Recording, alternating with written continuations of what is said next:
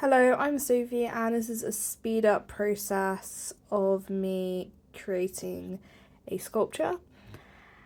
And I sped this up because, if you were watching this in real time speed, you'd probably just fall asleep.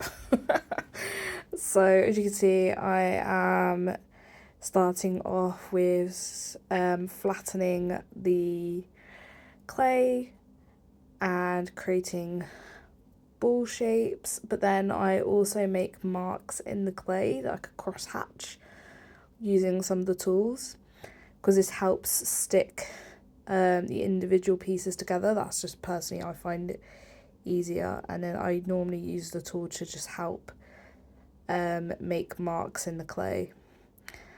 And again, I'm just using the same process. I also sometimes use it to help smooth out the pieces as I'm adding them as I go along.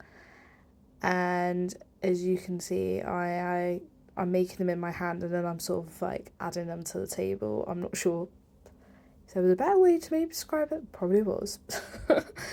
And I see gradually what it's meant to be. So it's meant to be a cat. So what I've tried to do is sort of work out roughly where the facial feature is going to be, so I can get an idea of the proportions. But I'm also now trying to build out the legs, which is probably strange that I'm doing it upright, because you think of like cats, normally they are horizontal, not vertical, wrong way around. So, but in this case, I just thought it'd be easier to try with the vertical approach. This is like the first sculpture sort of done for a very long time. It's something that I'm trying to get back into. And then I'm working on the other leg. So normally I just do a bit of trial and error, to be honest. There's not a lot of planning going on. Normally there's maybe like a sketch of a rough idea of how I want it to look, but I normally sort of add bits as I go along. So sometimes the parts of the sculpture might be a little bit too big or too small, so I might have to chip away at it, or I might have to take it off and reconstruct it. For me, I just like playing around with the clay and having some fun with it. And then, as you can see, I'm trying to bend the sort of cat's paws and legs just so they look a little bit more like cats' legs and not just static and strange, really. And then I am continuing to work on the legs. So I've worked on the front legs, I'm going to work on the back legs. The back legs I actually found quite tricky to work on. For some reason, I think it was maybe just trying to make them look less flat. That was quite a tricky task.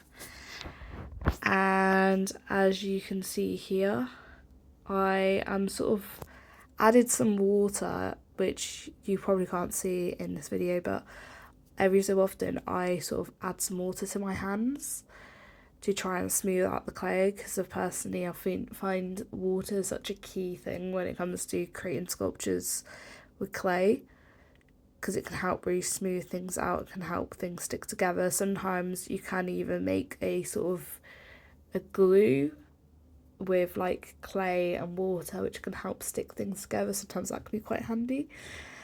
And then I am working on the details now, so I've sort of added the tail, as you can see, and I'm trying to just generally smooth out different areas.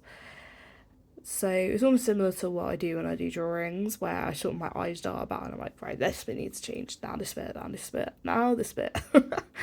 So I've decided that maybe the facial features need to be a bit more defined, so I've just gone a little bit deeper with making like sort of some of the details using the tool. And I'd say like using different clay tools can be just so helpful, with especially if you want to make certain facial details.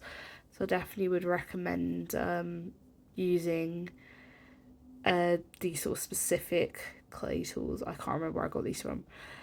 And here